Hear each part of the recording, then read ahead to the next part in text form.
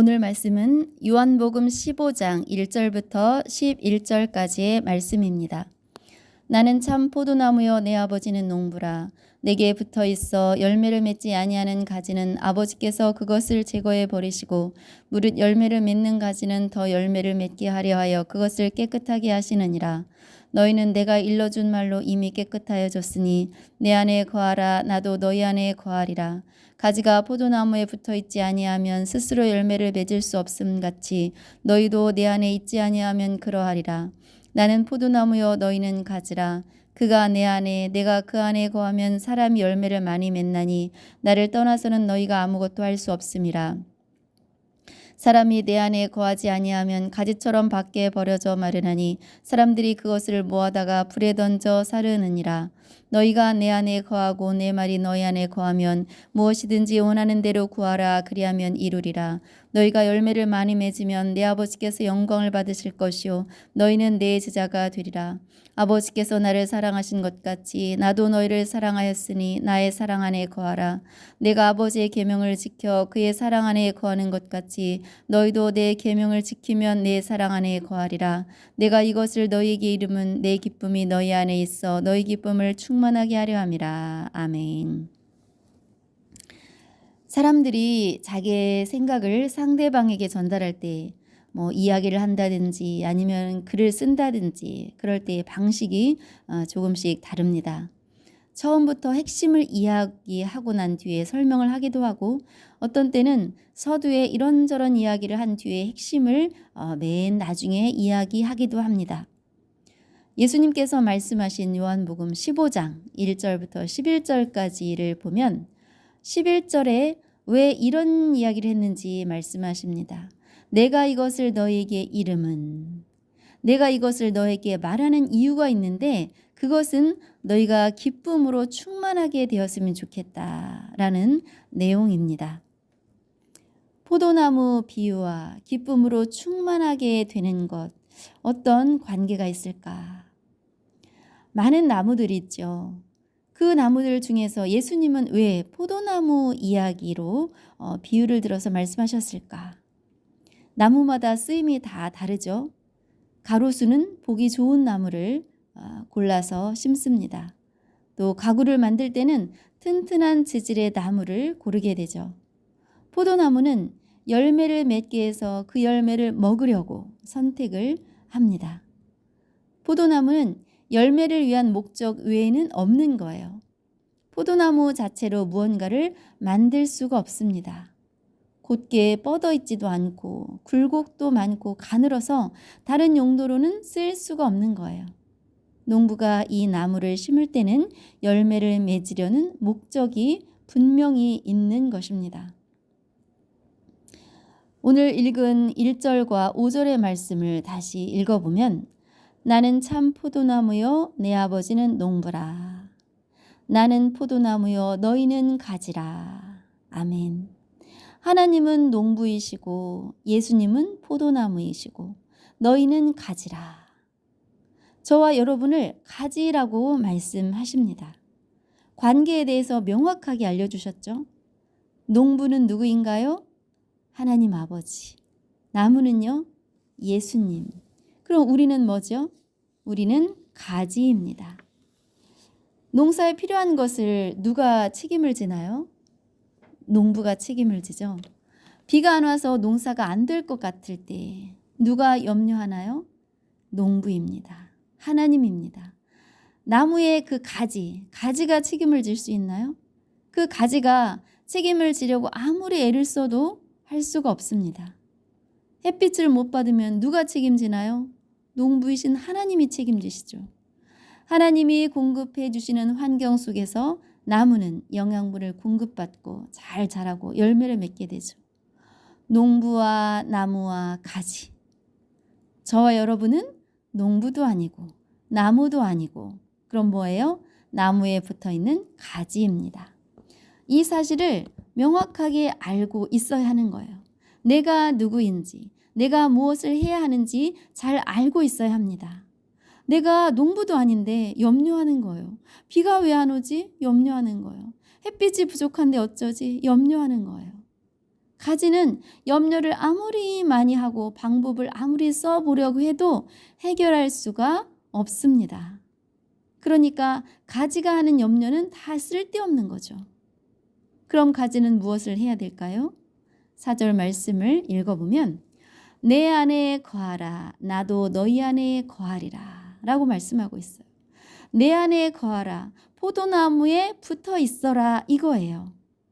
가지가 해야 될 일은 아무것도 없습니다. 포도나무에 붙어 있기만 하면 되는 거예요. 가지는 어때요? 스스로 열매를 맺을 수 있나요? 자기 혼자 무언가를 할 수 있나요? 없습니다. 그냥 나무에 붙어 있으면 무언가가 되는 거예요. 자기가 하는 게 아니라 되는 것입니다. 나무에 붙어 있기만 했는데 영양분을 공급받게 되는 거예요. 붙어 있기만 했는데 살아있게 되는 거예요. 붙어 있기만 했는데 싹이 나게 되고 꽃이 피게 되고 나중에는 열매가 맺히게 되는 거예요. 가지가 스스로 한 것이 아니라 그냥 붙어 있기만 했는데 농부가 원하던 열매가 맺히게 되는 것입니다. 가지가 열매를 맺으려고 아무리 애써도 될 수가 없죠. 애써서 된 것이 아니라 붙어 있다는 그 이유 하나만으로 열매가 맺혀지게 된 것입니다. 여러분, 하나님은 우리에게 힘든 것을 요구하시지 않습니다. 하지 못하는 것을 원하지 않으세요. 못할 거 너무 잘 알고 계시거든요. 가지인 우리가 스스로 열매를 못 맺는다는 것, 이거를 너무 잘 알고 계십니다. 그래서 우리에게 열매 맺으라 하지 않으시고 붙어 있기만 해라, 내 안에 거하기만 해라 라고 말씀하시는 거예요. 우리는 농부가 아니라고 했죠? 우리는 나무가 아니에요. 우리는 가지입니다. 가지인 우리는 나무에 붙어 있기만 하면 됩니다. 염려할 게 없어요. 염려할 게 있다면 그것은 농부의 몫입니다. 열매를 맺으려고 애쓰지 않아도 됩니다. 애쓴다고 될 것이 아니기 때문이에요. 나무에 붙어 있기만 하면 됩니다. 내 안에 거하라 나도 너희 안에 거하리라. 주님 안에 거하기만 하면 됩니다. 그러면 주님 안에 거하는 것이 무엇일까? 7절의 말씀에 보니까 너희가 내 안에 거하고 내 말이 너희 안에 거하면 무엇이든지 원하는 대로 구하라 그리하면 이루리라. 내 말이 너희 안에 거하면 이 내 말은 무엇입니까? 하나님의 말씀입니다. 요한복음 1장 1절에 보면 태초에 말씀이 계시니라. 이 말씀이 하나님과 함께 계셨으니 이 말씀은 곧 하나님이시니라. 아멘. 말씀이 하나님과 함께 계셨다. 이 말씀은 예수님 자체이십니다. 이 말씀은 또 하나님이시다 라고 말씀하고 있죠. 말씀은 하나님이십니다. 그 안에 거한다고 하는 것은 말씀 안에 거한다는 거, 그거예요. 그가 내 안에, 내가 그 안에, 말씀이 내 안에 거하게 되는 거죠. 가지는 붙어있기만 하면 되는데 그 붙어있는 것이 무엇이냐? 그 안에 거하는 것이 무엇이냐? 하나님이신 말씀, 예수님이신 말씀, 이 말씀을 날마다 내 안에 두는 것입니다. 우리가 육신의 몸을 위해서 음식을 날마다 먹지 않나요? 안 먹으면 어떻게 되죠? 힘이 없습니다. 또 병이 들죠. 의욕도 없습니다. 아무것도 할 수가 없습니다. 우리도 말씀을 먹지 않으면 아무것도 할 수가 없습니다. 5절 말씀해 보니까 나는 포도나무여 너희는 가지라. 그가 내 안에 내가 그 안에 거하면 사람이 열매를 많이 맺나니 나를 떠나서는 너희가 아무것도 할 수 없음이라. 아멘. 가지가 포도나무에 붙어있지 않으면 아무것도 할 수 없습니다. 붙어있지 않는 가지는 어떻게 되겠습니까? 6절에 사람이 내 안에 거하지 아니하면 가지처럼 밖에 버려져 마르나니 사람들이 그것을 모아다가 불에 던져 사르느니라. 아멘. 밖에 버려져 마르게 되고 그것을 모아서 불에 던져서 땔감이 되는 거예요.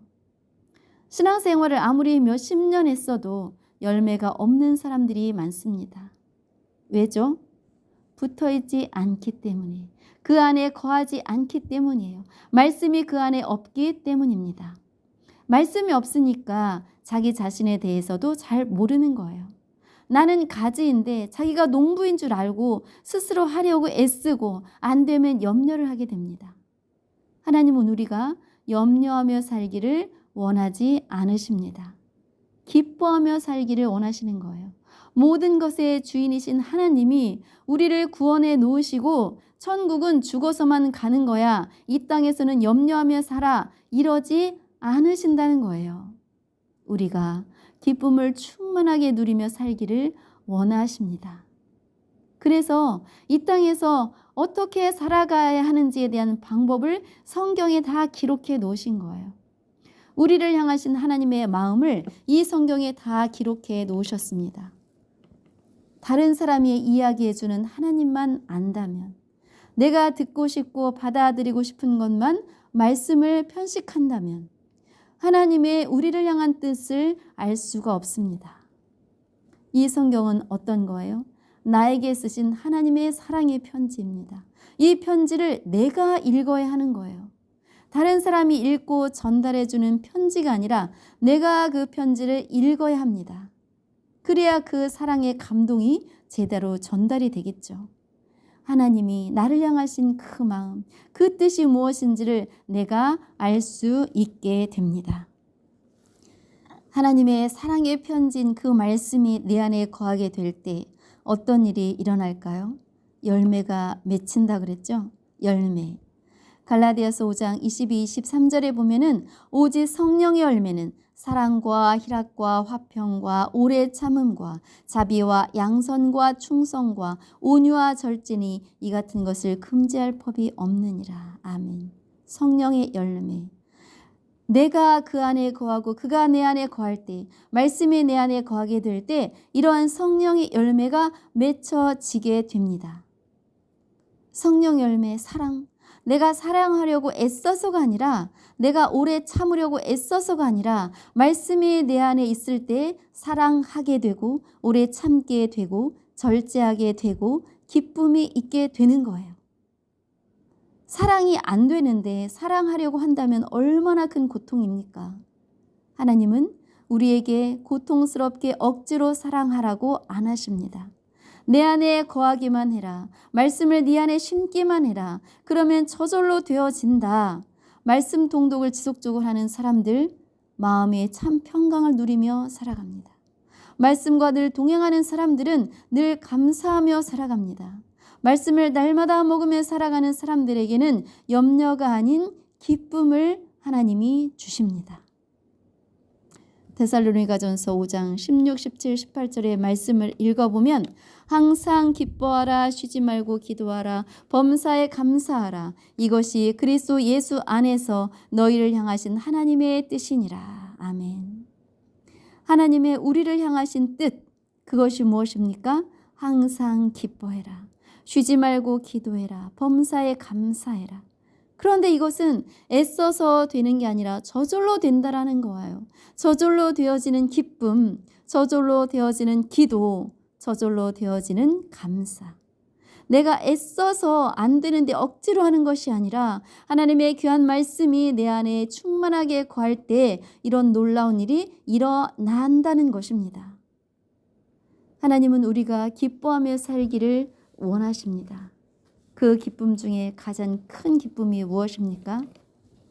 구원의 기쁨인 줄 믿습니다.